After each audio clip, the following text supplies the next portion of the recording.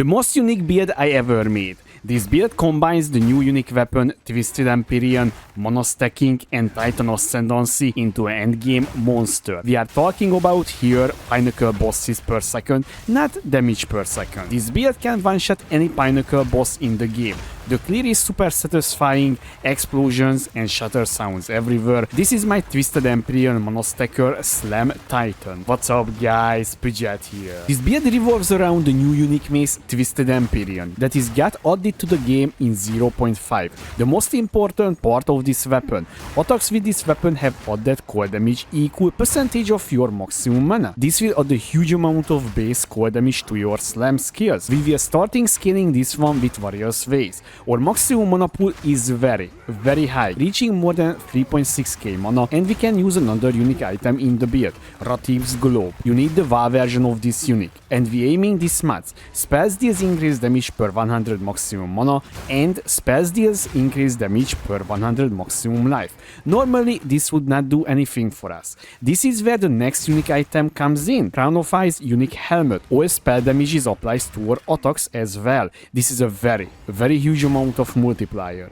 Speaking about multipliers, luckily Twisted Empyrean has high base crit chance. Because of that we can easily scale the crit chance and the critical hit damage bonuses, which is one of the most broken way to improve your damage with any build in Path of Exile 2. We're taking as our Ascendancy Titan because this has a very good synergy with the slams in general. All of the skills that we're using is slams, providing massive damage boost for us and a very cool tech as well. We can use on all of our skills Fist of War free support gem. Normally you would need to wait to 14 seconds to be able to make this support gem work, which is a lot of time, especially in Path of Exile 2.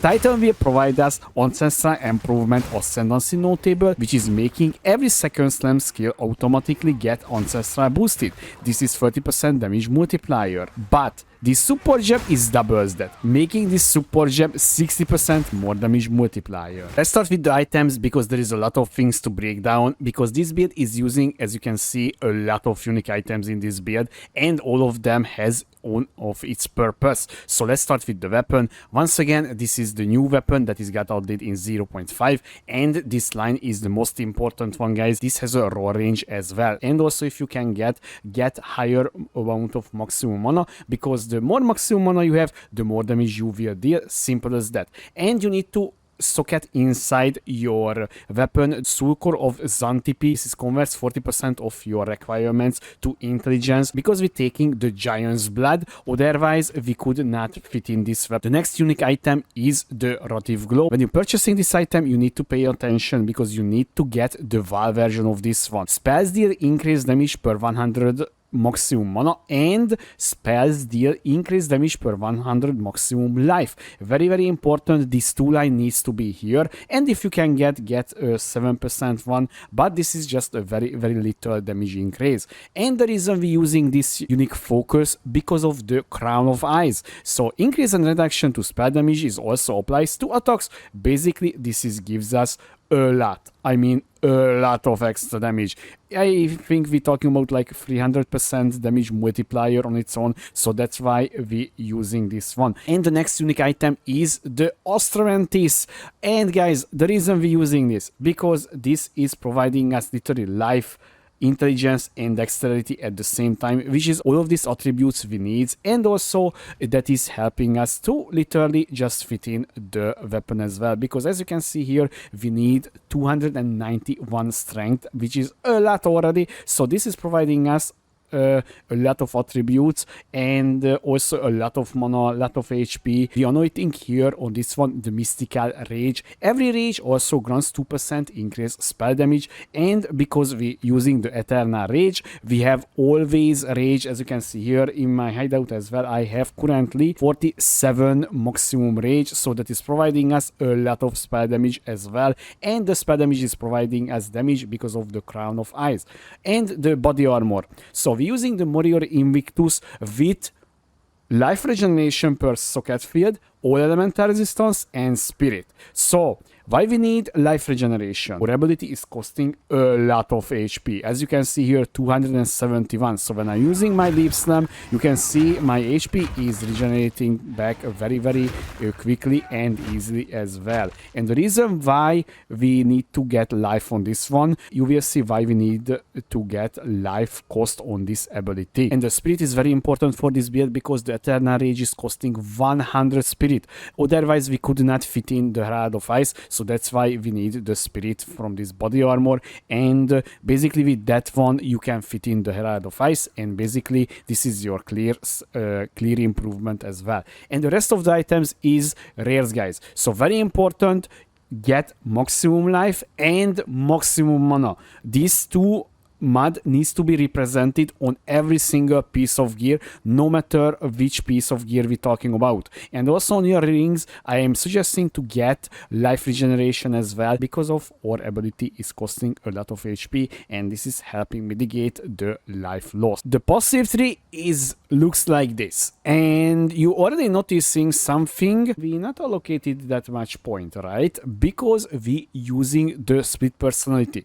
Can allocate passive skills from the shadow starting point, and shadow is starting here, guys. So basically we using this part of the tree, and this is how we can scale like critical damage, even more crit damage here, you know, base critical damage, and also against dazed enemies we have even more critical hit chance, and also crit chance here, crit damage bonus here, and also we taking here the chakra of Toughts, for instance. Damage is taken from mana before life. Also we have a lot of area scanning, as you can see here. So the area scanning is very important for this one, because the Herald of Ice explosion will explode almost 3-meter radius, very big area, and it will literally just blow up the whole pack no matter what you're doing. And we're using a lot of javels in this build, guys. So we was already mentioned the split personality here. The other javel is we using a rare javel with critical hit chance, critical damage bonus, damage penetrates, cold resistance. This one is very important, guys, otherwise you will not have enough crit chance, and also you will not deal that much damage, because this build doesn't have that much cold penetration by default. And we're using here a Heart of the Well with skill speed, gain extra damage as cold, increase critical damage bonus, and recover 1% of maximum life on kill. So basically this is helping us to sustain by mapping.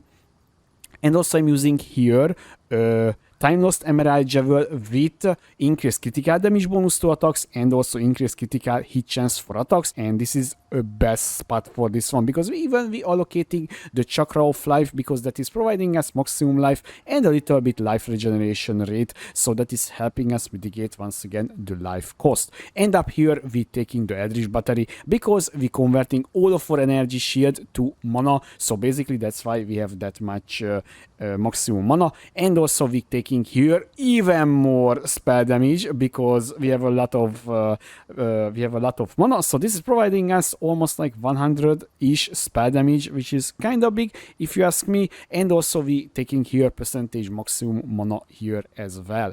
And here is the Ascendancy, guys. So the reason why we playing Titan, because of the hacking form. So this one is already absolutely strong for us, because all of these small nodes, as you can see here, this is normally 16%. So this is providing us a lot of extra damage bonus already. Also area effect scaling going on here, crit chance going on here. So there is so many things that is providing us this node as well. And the next one is, honestly, the Earthbreaker is not doing that much, because most of the time you already killing with your Leap Slam or your weird Hammer of the God before the Aftershock kicks in. But the next node is very important to take, so that's why we're taking the Earthbreaker. Ancestral Improvement, because every second slam skill you use yourself is ancestrally boosted, and ancestrally boosted means it's 30% more damage and 25% increased area effect. Now let's talk about the skill gems. Starborn Onslaught skill. This is a very fun ability. So basically you were building up glory by freezing and chilling enemies. We're doing all of that. So basically every third pack you can use this one if you want. So literally this will provide you the starfall effect, that is summoning a lot of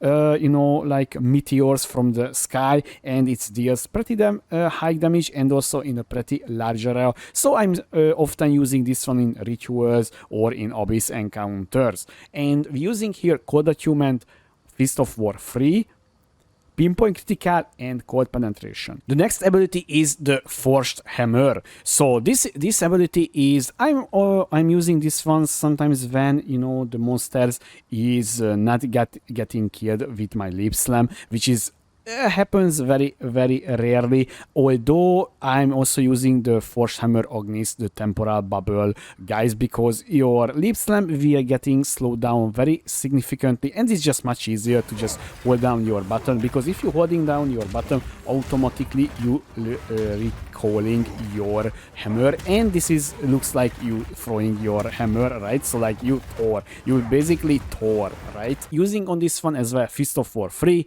Rapid Attacks 2, Cold Penetration, Pinpoint Critical, and Elemental Ornament 2. And now the big button, the Hammer of the Gods. So let's start with that one. So we're using here Zephyr's Infamy. So now this is very important because supporter skills gain glory, equal 5% of lifespan on other skills. So Leap Slam has 271 life cost. So 5% of that one, that is 15 glory. So basically when I start in Leap Slamming, you can see my glory is building up. Maybe you don't see it that much. So basically I building glory right now, and I can just use the Hammer of the Gods, as you can see here, and bam. Right? So, and this is how you literally building up your glory before the boss fights start. The next one is 2 Stillness, Rage Force 2, Fist of War 3, and Rocchiata Flow. Okay, I know guys, this is expensive and this is expensive. In the Mobilitics guide, I include different support gems that is also increasing your damage significantly, although sadly Rocchiata Flow is just so freaking broken, I cannot do against it. So this is literally like almost 100% multiplier.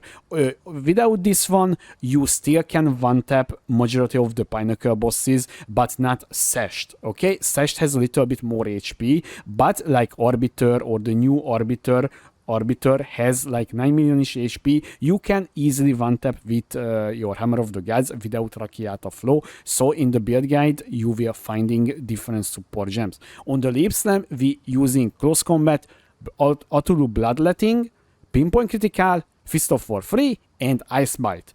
And we're using here Orb of Storm. Why we using Orb of Storm? So, in the offhand setup, we have Effigy of Cruelty.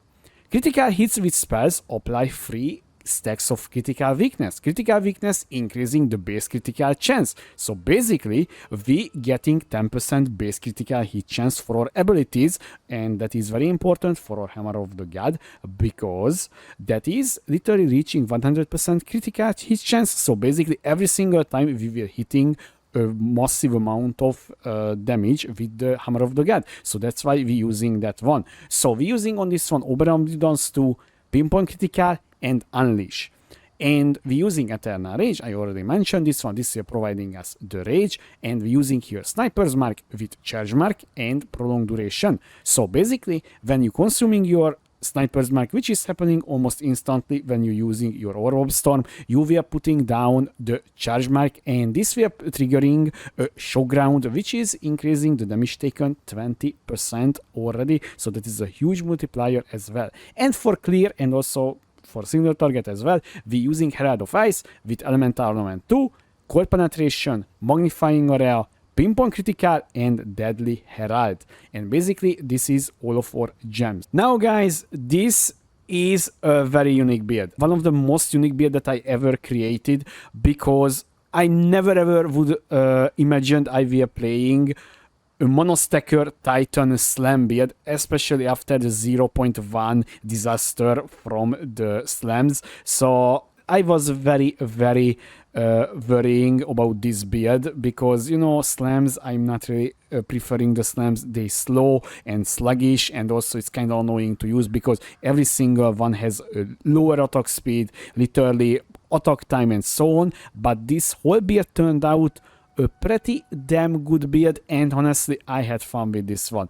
Honestly, if somehow GGG is forgetting on the leap slam this part, the attack time part, then this build would be an insanely good build, literally just leap slamming around much faster. So if this leap slam would be look like in PoE 1 leap slam, then holy moly man, this would be easily the build of the league, almost every single league till they nerfing this. I hope you enjoyed this build guide video. If you have any question, please leave a comment below, or you can find me on twitch.tv/Pridget2. Thanks for watching, I was Pridget, see you next time.